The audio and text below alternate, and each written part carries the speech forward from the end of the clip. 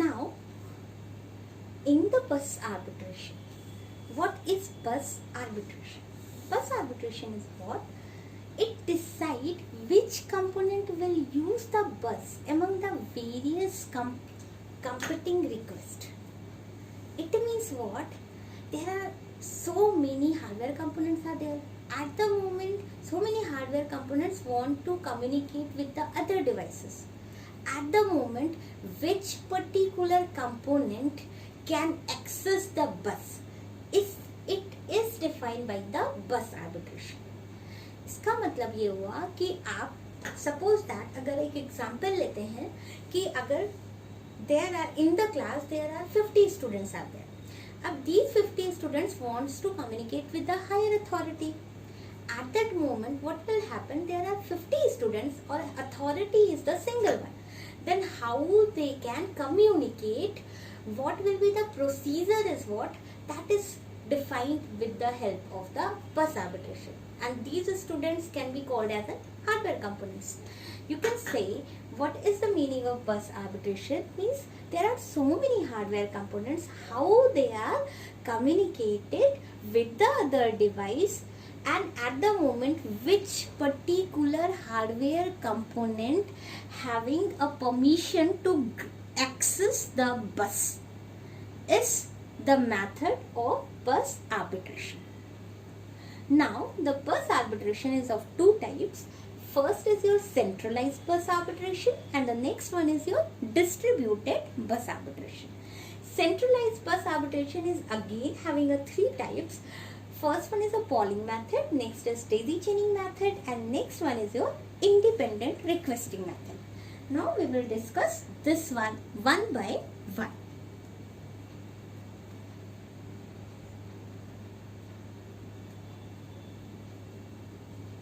Now, the next is your centralized bus arbitration mechanism.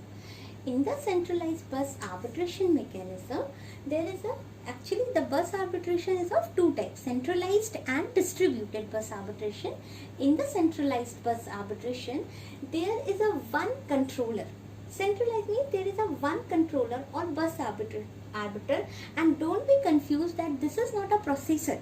This is actually the tangible device, or you can say that is a physical device is there as a bus arbiter who can control all the particular communication with the hardware component. Now, in the bus controller, all the bus controller having all the hardware components are connected serially. Now, serially जब ये bus controller से आपके hardware components connected है और ये पूरा communication आपका कैसे हो रहा है, control by the bus arbiter और the central controller. Now there are three signals in the daisy chaining method. This is particular diagram is for the daisy chaining method for the centralized bus arbitration mechanism.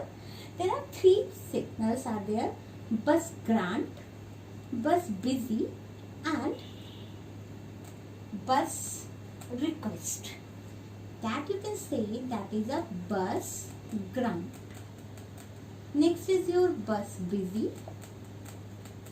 and next is your bus request. Now imagine कीजिए कि आप particular आपकी एक class है, उस particular class में there are 10 students. अब ये जो 10 स्टूडेंट्स हैं ये क्या करना चाहते हैं, किसी पर्टिकुलर टीचर से कम्युनिकेट करना चाहते हैं. एट दैट मोमेंट जब वो उस टीचर से कम्युनिकेट करना चाहते हैं तो वो जो पर्टिकुलर 10 स्टूडेंट हैं वो क्या करेंगे, टीचर से परमिशन लेंगे कि आई वॉन्ट टू कम्युनिकेट, मैं कम्युनिकेट कर सकता हूँ, अगर आप फ्री है या नहीं. अगर टीचर फ्री है तो उस 10 में से कोई एक बच्चा क्या करेगा, कम्युनिकेट करेगा. जिस वक्त वो कम्युनिकेशन कर रहा है उस वक्त वो स्टूडेंट अपने अदर फ्रेंड्स को बोलेगा कि I am going for communication, this time you have to wait. अब उस टाइम वो लोग वेट करेंगे, वो 9 स्टूडेंट्स, और एक बच्चा क्या कर रहा है, कम्युनिकेट कर रहा है अपने टीचर से. एट दैट मोमेंट जब ये कम्युनिकेशन कंप्लीट हो गया, उसकी क्वेरी सॉल्व हो गई, whatever the response is there, response भी आ गया, अब कम्युनिकेशन ओवर हो गया. इस टाइम क्या होगा, जो स्टूडेंट कम्युनिकेट कर रहा था वो स्टूडेंट अदर स्टूडेंट्स को बताएगा कि communication is over, now teacher is free, you can communicate. ठीक, इसी कंसेप्ट को हम मैप करते हैं अपने पर्टिकुलर डेजी चेनिंग मेथड में। तो जब टीचर ने उस 10 स्टूडेंट में से एक पर्टिकुलर स्टूडेंट को सिलेक्ट किया कम्युनिकेशन के लिए, उस टाइम क्या हुआ, एक्चुअल में टीचर ने प्रायोरिटी डिसाइड की कि इस पर्टिकुलर 10 स्टूडेंट्स में से मुझे किससे कम्युनिकेट करना। यही कंसेप्ट आपके डेजी चेनिंग मेथड में। In this daisy chaining method there are 3 signals. तो बस रिक्वेस्ट का मतलब है there are so many hardware components. ये हार्डवेयर कंपोनेंट इस पर्टिकुलर बस को एक्सेस करने के लिए बस कंट्रोलर से रिक्वेस्ट ट्रांसमिट करेंगे। उन्होंने रिक्वेस्ट ट्रांसमिट करी। अब अगर बस कंट्रोलर फ्री है तो वो बस ग्रांट प्रोवाइड करेगा, मतलब परमिशन देगा कि now I am free, you can communicate. लेकिन जब वो बस ग्रांट दे रहा है तो डेजी चेनिंग मेथड में जो बस ग्रांट प्रोवाइड होती है वो इस पर्टिकुलर मेथड पे प्रोवाइड होगी, विच particular hardware component is near by the central controller. उसकी पोजीशन के अकॉर्डिंग, जो भी हार्डवेयर कंपोनेंट है उसकी पोजीशन के अकॉर्डिंग जो भी नियर बाय वैल्यू होगी उसको बस ग्रांट मिल जाएगी। अब बस ग्रांट जैसे ही मिली उस पर्टिकुलर टाइम पे हमारा ये जो बस ग्रांट मिल गई, तो जिस भी पर्टिकुलर स्टूडेंट को बस ग्रांट मिलेगी या हार्डवेयर कंपोनेंट को बस ग्रांट मिल रही है, उस टाइम क्या होगा, आपका जो बस ग्रांट मिल रहा है वो particular hardware component other devices को ट्रांसमिट करेगा बस बिजी सिग्नल। ठीक, अब ये जो बस बिजी सिग्नल आपका ट्रांसमिट हुआ, इस पर्टिकुलर टाइम पे क्या होगा, बस बिजी सिग्नल आपका ट्रांसमिट हो गया, जिससे अदर कंपोनेंट्स को ये बात पता चली कि अभी central arbiter is communicating with the some other device. जब कम्युनिकेशन ओवर हो जाएगा उस टाइम बस बिजी सिग्नल क्या हो जाएगा, फ्री हो जाएगा और अदर डिवाइसेस कैन कम्युनिकेट। तो इस पर्टिकुलर कंसेप्ट में हम बस रिक्वेस्ट की अगर बात करें तो bus request is coming from where, bus request is coming from hardware component. जो भी आपके हार्डवेयर कंपोनेंट सीरियली कनेक्टेड है उनसे आपके पास बस रिक्वेस्ट ट्रांसमिट हो रही है। बस बिजी सिग्नल इज, वो कौन प्रोवाइड करेगा, the hardware component which already get the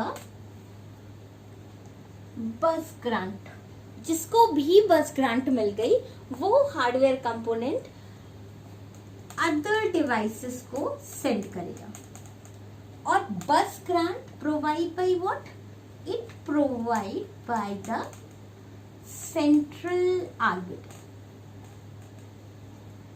आपका बस ग्रांट प्रोवाइड करेगा सेंट्रल आर्बिटर, हमेशा बस बिजी सिग्नल प्रोवाइड करेगा आपका हार्डवेयर कंपोनेंट जिसको बस ग्रांट मिल गई है नेक्स्ट, जिससे कि वो एक्सेस कर सकता है। और bus request is coming from whatever the hardware components are there.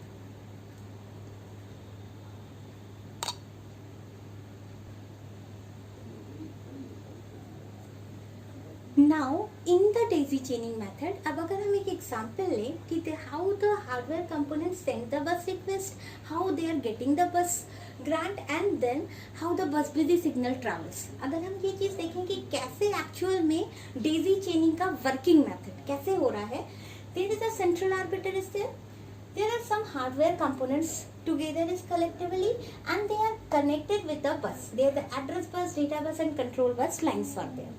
Now in the initialization phase, जब भी communication start नहीं हुआ है उस टाइम आपके पास बस रिक्वेस्ट का सिग्नल 0, बस busy signal is 0 and bus grant, all the 3 signals are 0. 0 means what? This particular signal is disabled. अभी ये क्या है, false signals है, disable है. 1 means enabled. Now at the second phase, suppose that you U3, U7 and U1 sends a bus request. अब इस time में क्या हुआ, सपोज ये 3 कंपोनेंट्स हैं, ये 3 कंपोनेंट सेंट्रल आर्बिटर को बस रिक्वेस्ट सेंड कर रहे हैं. जब भी आपका बस रिक्वेस्ट सेंड हो रहा है, एट दैट मोमेंट जब U3, U7 और U1 के लिए बस रिक्वेस्ट सेंड कर रहे हैं, eight that moment it means what, for U3, U7 and U1 इन तीनों हार्डवेयर कंपोनेंट्स के लिए बस रिक्वेस्ट की वैल्यू क्या है, इनेबल है. और आपके अदर डिवाइसेस ने अभी कोई रिक्वेस्ट सेंड नहीं करी थी, तो उनके लिए बस रिक्वेस्ट की वैल्यू 0 है. सिंपल. नेक्स्ट इज व्हाट, जब भी आपके पास जो नेक्स्ट वैल्यू है, अब आपने बस रिक्वेस्ट ट्रांसमिट कर दी, इस टाइम सेंट्रल आर्बिटर अब क्या करेगा, बस ग्रांट प्रोवाइड करेगा. Central arbiter provide the bus grant. अब बस ग्रांट वो कैसे प्रोवाइड करेगा, according to the position of the hardware component. Hardware component की पोजीशन के अकॉर्डिंग सेंट्रल आर्बिटर क्या करेगा, आपका अदर हार्डवेयर कंपोनेंट को वैल्यू ट्रांसमिट करेगा. तो बस ग्रांट अब देखो अपना एक वो टेम्परेरी बफर बनाएगा. कितनी बस रिक्वेस्ट आई, ये बस रिक्वेस्ट थी आपकी U3, U7 and U1 is there. अब इस पर्टिकुलर U3, U7 और U1 में जो पर्टिकुलर रिक्वेस्ट आ रही है, eight that moment what is going on, जो भी particular hardware component near by है सेंट्रल आर्बिटर के near by which device, U1. Even though ये इस डिवाइस ने लास्ट में बस रिक्वेस्ट सेंड करी थी, फिर भी U1 विल गेट बस ग्रांट. क्यों, क्योंकि आप डेजी चेनिंग मेथड में प्रायोरिटी डिसाइड होती है which particular hardware component is nearby to central arbiter. अब नेक्स्ट क्या होगा, जब भी इसको सेंट्रल आर्बिटर को ये पर्टिकुलर वैल्यू मिल गई, तो अब हम क्या करेंगे, इस U1 will get the bus grant. जब भी बस ग्रांट इस पर्टिकुलर वैल्यू को मिल रही है, अब U1 क्या करेगा, provide the bus busy signal to other device. Other devices को U1 सेंड करेगा बस बिजी सिग्नल कि अभी हम से U1 क्या कर रहा है, सेंट्रल आर्बिटर से कम्युनिकेट कर रहा है. तो इस टाइम ये जो पर्टिकुलर बस है, ये पूरी बस एक्सेस कौन करेगा, U1 कर रहा है. Other devices have to wait. तो इसने क्या करा, अदर डिवाइसेस को बस बिजी सिग्नल की वैल्यू क्या सेंड कर दी, इनेबल्ड. मतलब अदर डिवाइसेस के लिए बस बिजी सिग्नल ट्रू है, और फॉर U1 बस बिजी सिग्नल इज 0, क्योंकि इस U1 को क्या मिल गया है, बस ग्रांट मिल गया है. इट मीन्स व्हाट, अभी U1 को बस ग्रांट मिली हुई है, और अदर डिवाइसेस के लिए बस ग्रांट की वैल्यू क्या हो गई, 0, क्योंकि उन्हें बस ग्रांट डिसेबल है. Now in the next step, जब भी कम्युनिकेशन कंप्लीट हो गया, कम्युनिकेशन इज ओवर, मतलब रिस्पॉन्ड भी आ गया. अब U1 having a responsibility to send, U1 sends bus busy signal to other device. अब ये कौन सा बस बिजी सिग्नल भेजेगा, क्योंकि कम्युनिकेशन ओवर हो गया है, तो अब बस बिजी सिग्नल अदर डिवाइसेस को ये सेंड कर देगा बस बिजी इक्वल टू 0. और नेक्स्ट, और इस टाइम पर आपका सेंट्रल आर्बिटर भी फ्री हो जाएगा, तो उसका वैल्यू भी बस ग्रांट 0 हो जाएगी. तो लास्ट स्टेप में क्या हो जाएगा, बस बिजी सिग्नल भी 0 हो जाएगा और बस ग्रांट भी 0 हो जाएगा. तो अब फिर से हम इनिशियलाइजेशन फेज पे आ जाएंगे, और नेक्स्ट फिर अदर डिवाइसेस आपकी क्या करेंगी, other devices can communicate with the central arbiter. That is the main concept of daisy chaining method. The main advantage of daisy chaining method is that it is very simple process. It's very simple process. There is no complex, but the main disadvantage is that the priority is fixed. आपकी priority fix है कि आप central orbiter ने ही यहाँ पर बस grant provide कर दी, even though आपके पास U3 एंड U7 की रिक्वेस्ट पहले आई थी, फिर भी यहाँ प्रायोरिटी फिक्स है। तो this is the main disadvantage of daisy chaining method.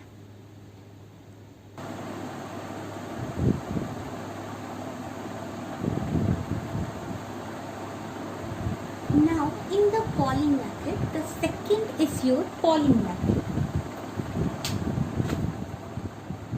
In this particular polling method, the method replaces the bus grant lines of daisy chaining method with a set of poll count lines.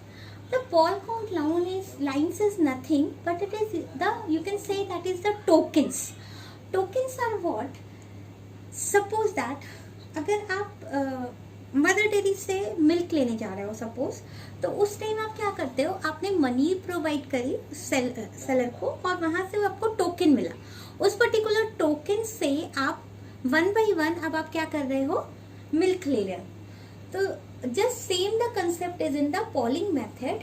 Actually में at the starting time central arbiter आपका क्या करेगा, ये जो आपका central arbiter है which can control all the communication, और bus arbitration का मतलब क्या हुआ, ये जो हार्डवेयर कंपोनेंट है, कौन सा पर्टिकुलर हार्डवेयर कंपोनेंट इस टाइम बस को यूज करेगा। तो in this particular method, polling method, सबसे पहले सेंट्रल आर्बिटर क्या करता है, प्रायोरिटी फिक्स कर देता है। ठीक है, डेजी चेनिंग मेथड में जो प्रायोरिटी फिक्स हो रही थी वो कैसे हो रही थी, नियर बाय, जो भी particular hardware component near by है सेंट्रल आर्बिटर के, हम उससे प्रायोरिटी फिक्स कर रहे हैं। यहाँ उस ड्रॉबैक को कम करने के लिए पोलिंग मेथड ने क्या करा, central arbiter before the communication is taken place, उसके पहले वो सबको प्रायोरिटी प्रोवाइड करेगा, हार्डवेयर कंपोनेंट्स को जो भी उससे कनेक्टेड है सीरियली। और इस पर्टिकुलर हार्डवेयर कंपोनेंट्स को कैसे प्रायोरिटी मिल रही है, according to their attributes. You can say कि अगर आपके इस पर्टिकुलर कम्युनिकेशन में प्रिंटर कनेक्टेड है, कीबोर्ड कनेक्टेड है, hard disk is also there और प्रोसेसर इज ऑल्सो देयर, तो ये सारे हार्डवेयर कंपोनेंट्स के एट्रीब्यूट के अकॉर्डिंग, स्पीड के अकॉर्डिंग, प्रोसेसिंग के अकॉर्डिंग national arbiter first priority processor को देगा, फिर नेक्स्ट प्रायोरिटी हार्ड डिस्क को मिलेगी, फिर नेक्स्ट आपका कीबोर्ड और नेक्स्ट आपका प्रिंटर और लास्ट प्रायोरिटी आपके कीबोर्ड को मिल जाएगी। तो according to the attributes central arbiter before the communication is going on सबको पहले से प्रायोरिटी मिल जा रही है। इस प्रायोरिटी को हम कह रहे हैं एज ए पॉल काउंट। तो पॉल काउंट में Paul count tokens is getting from every device. You can से उसकी डिवाइस आईडी पे ये सारे पॉल काउंट्स पहले से हैं। अब जब भी बस रिक्वेस्ट ट्रांसफर होगी तो एट दैट मोमेंट ये जो बस रिक्वेस्ट हार्डवेयर कंपोनेंट से आ रही है तो बस रिक्वेस्ट सेंट्रल आर्बिटर ने एक्सेप्ट करी। सेंट्रल आर्बिटर क्या करेगा, अब बस रिक्वेस्ट और जो उसके पॉल काउंट है उन दोनों को मैच करेगा और उसमें से जो फर्स्ट पॉल काउंट जिसका भी ऑर्डर फर्स्ट होगा उस पर्टिकुलर टोकन को वो सेंड कर देगा। अब हर एक डिवाइस उस पर्टिकुलर टोकन को क्या करेगा, मैच करेगा। अगर वो पर्टिकुलर टोकन उसकी डिवाइस आईडी से मैच कर रहा है तो क्या करेगा, communication will be taken place और फिर से वही मेथड हो जाएगा कि वो सबको बस बिजी सिग्नल ट्रांसमिट कर देगा और अदर वैल्यूज को क्या हो जाएगा, वो कम्युनिकेशन स्टार्ट होगा और उस पर्टिकुलर डिवाइस को बस ग्रांट मिल जाएगी। अदरवाइज फिर नेक्स्ट वो पर्टिकुलर टोकन अगर मैच नहीं हो रहा है तो वो फिर नेक्स्ट डिवाइस पे जाएगा, नेक्स्ट डिवाइस पे डिस्कार्ड कर रही है, फिर नेक्स्ट जिसकी भी डिवाइस आईडी से वो पॉल काउंट टोकन मैच हो गया तो then communication will be going on. अब एक एग्जांपल देखते हैं इसके लिए कैसे पॉलिंग मेथड यूज करते हैं। Suppose at the initialization phase, जब आप इनिशियलाइजेशन फेज पे हो इस टाइम सेंट्रल आर्बिटर क्या करेगा, अपने पास एक टेम्परेरी बफर क्रिएट करेगा और उसने क्या करा, जो भी हार्डवेयर कंपोनेंट्स थे what ever the position of the hardware component वो उसके एट्रीब्यूट के अकॉर्डिंग क्या करेगा, सभी को एक पॉल काउंट प्रोवाइड करेगा। तो यू कैन से अगर आपने कहा U1 is there, U3 is there, U7 is there and so on, hardware components are there, इन सभी को क्या करेगा central arbiter provide poll counts, ये प्रोवाइड करेगा पॉल काउंट और you can say that is the token. अब poll count सब मिल गया, नेक्स्ट स्टेप में जो आपका सेकेंड स्टेप होगा, सपोज दैट अब हम बस रिक्वेस्ट कर रहे हैं। एट दैट मोमेंट जब भी बस रिक्वेस्ट होगी, सपोज U3, U7 और U1 ने बस रिक्वेस्ट ट्रांसमिट की, ठीक, तो अगेन वही काम होगा। U3, U7 और U1 के लिए तो बस रिक्वेस्ट की वैल्यू 1, अदरवाइज अदर डिवाइसेस के लिए बस रिक्वेस्ट की वैल्यू 0। जब ये पर्टिकुलर हार्डवेयर कंपोनेंट बस रिक्वेस्ट ट्रांसमिट करेंगे, eight that moment what will happen, ये जो पर्टिकुलर हार्डवेयर कंपोनेंट है बस रिक्वेस्ट ट्रांसमिट कर रहे हैं। अब बस रिक्वेस्ट जब भी ट्रांसमिट करेंगे तो सेंट्रल आर्बिटर को अब बस ग्रांट प्रोवाइड करानी है। जब भी central arbiter bus grant provide करेगा, सेंट्रल आर्बिटर जब बस ग्रांट प्रोवाइड करेगा according to their attributes, suppose that कि U7 की हाईएस्ट प्रायोरिटी है, तो अब सेंट्रल आर्बिटर क्या करेगा, U7 को बस ग्रांट प्रोवाइड करेगा, ठीक। और suppose this is having a PC7, Paul count 7 जो टोकन है वो अब ट्रैवल होगा। पॉल काउंट 7 अब PC7 हर एक डिवाइस पर सीरियली ट्रांसमिट होगा। बस ग्रांट मिल गई, बस ग्रांट इसने U7 को दी है according to their attribute. Suppose that कि U7 वाज द प्रोसेसर और U1 और U3 are the keyboard and printer, तो U7 को प्रायोरिटी मिल गई, इसे बस ग्रांट मिल गई। अब जब बस ग्रांट मिली है तो एट दैट मोमेंट जो आपका PC7 होगा, अब ये PC7 आपका इस डिवाइस आईडी पे मैच करेगा, इसकी डिवाइस आईडी मैच नहीं होगी, तो U1 क्या करेगा, इस टोकन को डिस्कार्ड करेगा। Next PC7 is goes to the next device which is serially connected, इससे भी मैच नहीं हुआ। वन बाय वन सारी डिवाइसेस से ये पर्टिकुलर टोकन क्या करेगा, मैच अगर नहीं हो रहा है तो other devices is discarding and forwarding to the other device. Next जब भी इसे U7 मिल जाएगा जो आपका हार्डवेयर कंपोनेंट था, देन एट दैट मोमेंट जो आपके पास U7 वैल्यू होगी वो पर्टिकुलर U7 वैल्यू आपकी क्या हो जाएगी, U7 को बस ग्रांट मिल जाएगी, मीन्स बस ग्रांट इक्वल्स टू 1। अगेन अब U7 क्या करेगा, बस बिजी सिग्नल प्रोवाइड करेगा, बस बिजी सिग्नल, तो बस बिजी सिग्नल उसका इनेबल कर देगा टू अदर डिवाइसेस, और U7 के लिए बस बिजी सिग्नल विल बी 0, मतलब इनेबल रहे आपका बस बिजी सिग्नल इसके लिए डिसेबल है, क्योंकि इस समय क्या हो रहा है, आपका बस बिजी सिग्नल से U7 और सेंट्रल आर्बिटर कम्युनिकेट कर रहे हैं, U7 इस पर्टिकुलर बस को एक्सेस कर रहा है। नाउ जब कम्युनिकेशन ओवर हो जाएगा, कम्युनिकेशन ओवर हो गया, eight that moment U7 will send बस बिजी सिग्नल, अब बस बिजी सिग्नल 0 सेंड करेगा वो टू अदर डिवाइसेस, तो अदर डिवाइसेस फिर से कम्युनिकेट करेंगी और अपनी बस रिक्वेस्ट ट्रांसफर करेंगी। This is the overall concept of the polling method.